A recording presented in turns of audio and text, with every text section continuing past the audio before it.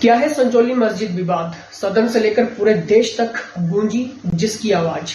शिमला में संजौली अवैध मस्जिद को लेकर विवाद बढ़ता ही जा रहा है। एक तरफ मस्जिद को लेकर हिंदू संगठन विरोध कर रहे हैं तो दूसरी तरफ सदन में भी इसकी गूंज सुनाई दे रही है। वहीं अब इस मस्जिद को लेकर राजनीति भी तेज हो गई है। लेकिन शॉर्ट में समझते हैं संजौली मस्जिद विवाद है क्या, और साथ में वक्फ बोर्ड को भी शॉर्ट में जानेंगे। नमस्कार, मेरा नाम विहान। जिस भी प्लेटफॉर्म पर आप ये वीडियो देख रहे हो, शेयर जरूर कर दीजिए और फॉलो भी करें। देखिए दोस्तों, संजौली मस्जिद विवाद की शुरुआत एक लड़ाई से होती है।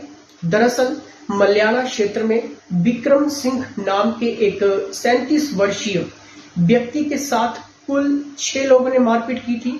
इस मारपीट को लेकर विक्रम सिंह ने केस दर्ज करवाया था। मारपीट के बाद से आरोप लगा कि वारदात को अंजाम देकर आरोपी जो थे वो मस्जिद में जाके छिप गए, जिसके बाद हिंदू संगठनों ने संजौली मस्जिद के खिलाफ प्रदर्शन किया और अवैध बताकर मस्जिद को गिराने की बात कही। देखते ही देखते ये मामला और तूल पकड़ लिया।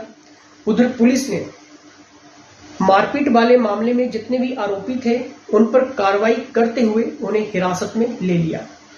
शिमला में आपको बता दें कि केवल 2.5 मंजिल बनाने की इजाजत इसको मिली हुई थी। शिमला में एनजीटी ने 2.5 मंजिल से अधिक निर्माण की इजाजत नहीं दी थी, लेकिन ये मंजिल उससे ऊपर है। ये जो मस्जिद थी, यहाँ पर कांग्रेस और भाजपा के राज में इस मस्जिद का निर्माण कार्य चलता रहा, लेकिन किसी ने कोई भी कार्रवाई नहीं की। अब देखिए, एनजीटी से एग्जाम में क्वेश्चंस बनते हैं। आपको पता होना चाहिए एनजीटी की फुल फॉर्म क्या है, नेशनल ग्रीन ट्रिब्यूनल। और इसका गठन कब हुआ था? 18 अक्टूबर 2010 को नेशनल ग्रीन ट्रिब्यूनल एक्ट 2010 के माध्यम से ये किया गया था। दोस्तों, आपको बता दें कि एनजीटी एक स्टैट्यूटरी और स्पेशलाइज्ड बॉडीज है जो भारत में प्रमुख एनवायरमेंटल कंट्रोवर्सीज को संभालता है। इसने नेशनल एनवायरमेंट अपीलेट अथॉरिटी को इसका स्थान लिया है। ये भारत के संविधान के आर्टिकल 21 से भी प्रेरणा लेता है, जो भारत के नागरिकों को एक स्वस्थ वातावरण प्रदान करने का आश्वासन देता है। दोस्तों, अगर आप हिमाचल प्रदेश पुलिस कांस्टेबल की तैयारी करें तो ये one of the best books है, जिन्हें आप ले सकते हैं, पढ़ सकते हैं और अपनी तैयारी अच्छे से कर सकते हैं। समझते हैं वक्फ बिल क्या है, वक्फ बोर्ड कब, इसका गठन कब हुआ, अब इस पर बवाल क्यों है। देखिए, वक्फ संशोधन विधेयक को लेकर देश भर में राजनीतिक पारा चढ़ा हुआ है। सरकार और विपक्ष आमने सामने है, मगर ये विवाद क्यों मचा है, थोड़ा सा आपको पता होना चाहिए कि वक्फ क्या है, वक्फ बोर्ड क्या होता है, इसमें कौन कौन सदस्य होते हैं, देश में कितने वक्फ बोर्ड हैं, किस कानून के तहत इनका गठन होता है, बोर्ड के पास कितनी संपत्ति है। चलिए थोड़ा सा मैं आपको बता देता हूँ, क्योंकि जानकारी जो रहती है वो आपको भी पता होनी चाहिए। ठीक है, देखिए वक्फ क्या है। वक्फ बोर्ड के बारे में समझने से पहले हमें ये जानना जरूरी है कि वक्फ क्या है। वक्फ अरबी भाषा का शब्द है। इसका अर्थ खुदा के नाम पर अर्पित वस्तु या परोपकार के लिए दिया गया धन होता है। इसमें चल और अचल संपत्ति को शामिल किया जाता है। बता दें कि कोई भी मुस्लिम अपनी संपत्ति वक्फ को दान कर सकता है। कोई भी संपत्ति वक्फ घोषित होने के बाद गैर हस्तांतरणीय यानी कि नॉन ट्रांसफरेबल हो जाती है। देखिए, कौन होता है बोर्ड का सदस्य?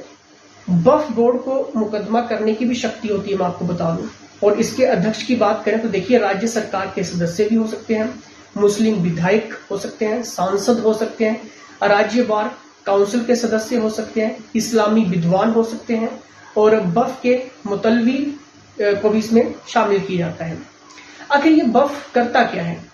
वक्फ संपत्तियों के मैनेजमेंट के अलावा वक्फ बोर्ड में मिले जितने भी दान है उसे शिक्षण संस्थान, मस्जिद, कब्रिस्तान और रैन बसेरों का ये निर्माण और रख रखाव करता है।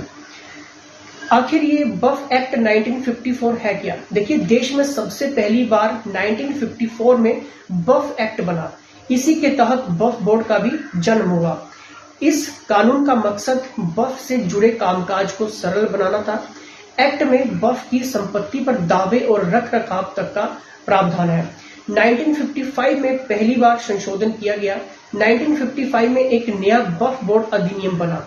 इसके तहत हर राज्य केंद्र शासित प्रदेशों में वक्फ बोर्ड बनाने की अनुमति दी गई। बाद में 2013 में इसमें संशोधन किया गया था। देखिए वक्फ बोर्ड के पास कितनी संपत्ति है, तो मैं आपको बता दूं कि रेलवे और रक्षा विभाग के बाद अगर किसी के पास संपत्ति है तो वक्फ बोर्ड के पास ही है, इतनी ज्यादा संपत्ति है। 1995 में संशोधन से वक्फ बोर्ड को मिली असीमित शक्तियां। देखिए ये सबसे बड़ी बात है कि 1995 में पीवी नरसिम्हा राव की कांग्रेस सरकार ने वक्फ एक्ट 1954 में संशोधन किया और नए नए प्रावधान जोड़कर वक्फ बोर्ड को असीमित शक्तियां दे दी। 1995 का एक्ट कहता है कि अगर वक्फ बोर्ड को लगता है कि कोई जमीन वक्फ की संपत्ति है तो ये साबित करने की जिम्मेदारी उसकी नहीं बल्कि जमीन के असली मालिक की होती है कि बताएं कि ये उसकी जमीन वक्फ की है या नहीं। ये मालिक को बताना होगा, वक्फ को नहीं। सोचिए।